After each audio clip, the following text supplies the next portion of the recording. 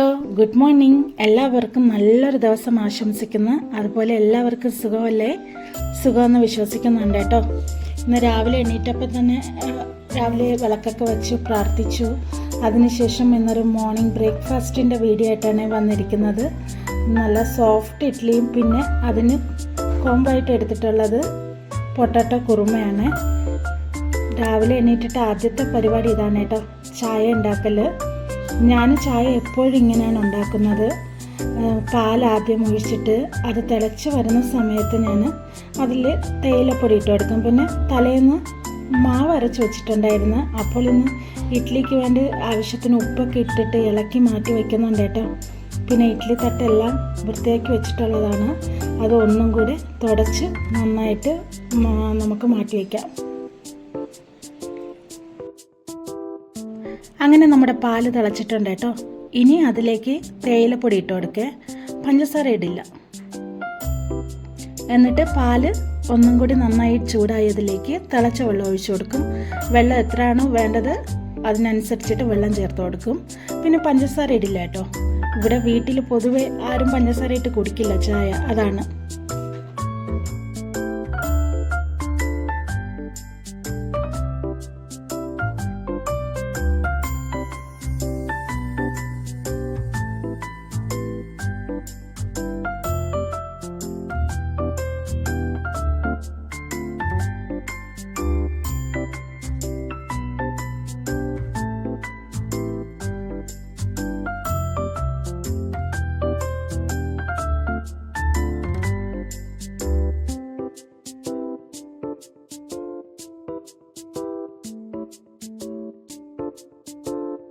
ചായ മാറ്റി വെച്ചിട്ട് അടുത്ത പണി ഇഡ്ഡലിയുടെ പണിയാണ്.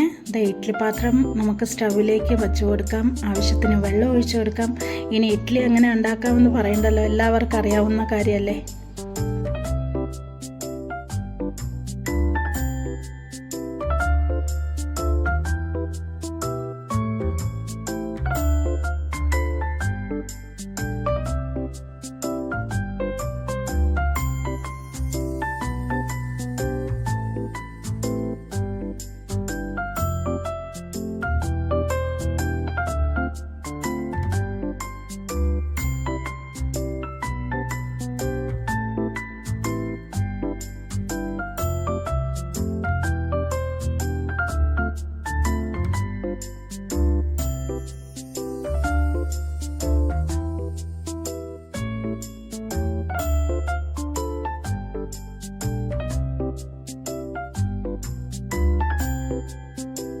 അങ്ങനെ ചായ എല്ലാം മാറ്റി വെച്ചിട്ടുണ്ട്. അപ്പോൾ എനിക്ക് വേണ്ടിയിട്ട് ഒരു ഗ്ലാസ് ഞാൻ എടുത്തിട്ടുണ്ട്.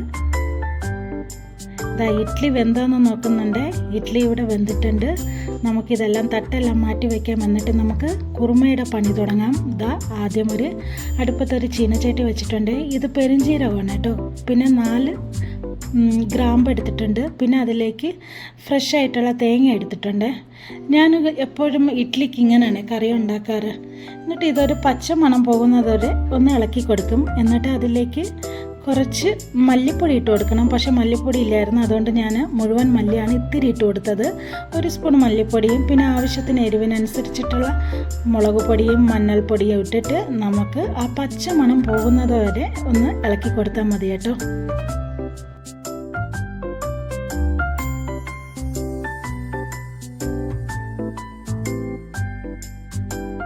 എന്നിട്ട് ഈ മസാല നമുക്ക് തണുക്കാനായിട്ട് മിക്സിയുടെ ജാറിലേക്ക് മാറ്റി കൊടുക്കാം. നന്നായി തണുത്തതിന് ശേഷം മാത്രം അരച്ചെടുത്താൽ മതി കേട്ടോ. എന്നിട്ട് ഒരു അടുപ്പത്തൊരു ചീനച്ചട്ടി വെച്ച് കൊടുക്കുന്നുണ്ട്. സെയിം അതേ പാൻ തന്നെ വെച്ച് കൊടുക്കുന്നുണ്ട്. അതിലേക്ക് കുറച്ച് വെളിച്ചെണ്ണ ഒഴിച്ചു കൊടുക്കുന്നുണ്ട്. വെളിച്ചെണ്ണ ചൂടായതിലേക്ക് നമുക്ക് ആവശ്യത്തിന് കടുകിട്ട് കൊടുക്കാം, പിന്നെ കറിവേപ്പില ഇട്ട് കൊടുക്കാം. പിന്നെ നീളത്തിൽ മുറിച്ച് കുറച്ച് സവാള എടുത്തിട്ടുണ്ട്, അതും കൂടി ഇട്ടിട്ട് നന്നായിട്ടൊന്ന് ഇളക്കി കൊടുക്കാം. ഈ സമയത്ത് നമുക്ക് കുറച്ച് ഉപ്പ് കൂടി ചേർത്ത് കൊടുക്കണം. ഉപ്പ് ചേർത്ത് കൊടുക്കണം എന്താണെന്ന് വെച്ചാൽ ഉള്ളി എളുപ്പം നമുക്ക് വയന്ന് കിട്ടും, അതാണ് കേട്ടോ. നമ്മുടെ ഇഡ്ഡലി എല്ലാം തണുത്തിട്ടുണ്ട്. നമുക്കിനി അത് മാറ്റി വയ്ക്കാം. അങ്ങനെ ഓരോ ഇഡ്ഡലി നമുക്ക് ഇളക്കി പാത്രത്തിലേക്ക് ആക്കി കൊടുക്കാം. നല്ല സോഫ്റ്റായിട്ടുള്ള ഇഡ്ഡലി റെഡിയായി കഴിഞ്ഞു. ഈ സമയത്ത് നമ്മുടെ ഉള്ളി ഏകദേശം മൂത്ത് കഴിഞ്ഞിട്ടുണ്ട് കേട്ടോ. നല്ല ബ്രൗൺ കളർ വന്നിട്ടുണ്ട്. ഇനി നമുക്ക് മുറിച്ച് വെച്ചിരിക്കുന്ന ഉരുളക്കിഴങ്ങ് അതിലേക്ക് ചേർത്ത് കൊടുക്കാം കേട്ടോ. എന്നിട്ട് കുറച്ച് നന്നായിട്ട് ഒരു 2-3 മിനിറ്റ് ഇളക്കിയതിന് ശേഷം അതിലേക്ക് കുറച്ച് ചൂടുവെള്ളം ഒഴിച്ച് കൊടുക്കുന്നുണ്ട്. അതിലേക്ക് ഒരു ടൊമാറ്റോയും ഒരു പച്ചമുളകും കൂടി മുറിച്ചത് ഇട്ട് കൊടുക്കുന്നുണ്ട്. എന്നിട്ട് ഒരു മൂടി വെച്ചിട്ട് അടച്ചു വെച്ച് നമുക്ക് വേവിച്ചെടുക്കാം. ഈ സമയത്ത് നമ്മുടെ മസാല എല്ലാം തണുത്തിട്ടുണ്ടായിരുന്നു, അരച്ചു കൊണ്ടുവന്നിട്ടുണ്ടായിരുന്നു. അത് നമുക്ക് ഈ കറിയിലേക്ക് ഒഴിച്ചു കൊടുക്കണം. നമ്മുടെ പൊട്ടാറ്റോ വെന്തിട്ടുണ്ടോ എന്ന് നോക്കാം. ഞാൻ ഇങ്ങനെയാണ് നോക്കുന്നത്, ഒരു കത്തി വെച്ചിട്ട് ഇങ്ങനെ മുറിച്ച് നോക്കും. നന്നായിട്ട് വെന്തിട്ടുണ്ട്. നമുക്ക് ഈ പേസ്റ്റ് അതിലേക്ക് ഒഴിച്ചു കൊടുക്കാം. എന്നിട്ട് മിക്സിയുടെ ജാറ് കഴുകിയ വെള്ളം കൂടി അതിലേക്ക് ഒഴിച്ചു കൊടുക്കാം. എത്രയാണോ വെള്ളം വേണ്ടത് അതിനനുസരിച്ചിട്ട് നമുക്ക് വെള്ളം ചേർത്ത് കൊടുക്കാവുന്നതാണ്. എപ്പോഴും ഈ കറിക്ക് ഇത്തിരി കട്ടി ഉണ്ടെങ്കിൽ മാത്രമേ കുറച്ച് ടേസ്റ്റ് ഉണ്ടാവുള്ളൂ. പിന്നെ ആവശ്യത്തിനുള്ള ഉപ്പ് കൂടി ചേർത്ത് കൊടുക്കുന്നുണ്ട്. കുറച്ച് ഉപ്പ് കുറവുണ്ടായിരുന്നേ, അതാണ് ഉപ്പിട്ട് എടുത്തത്.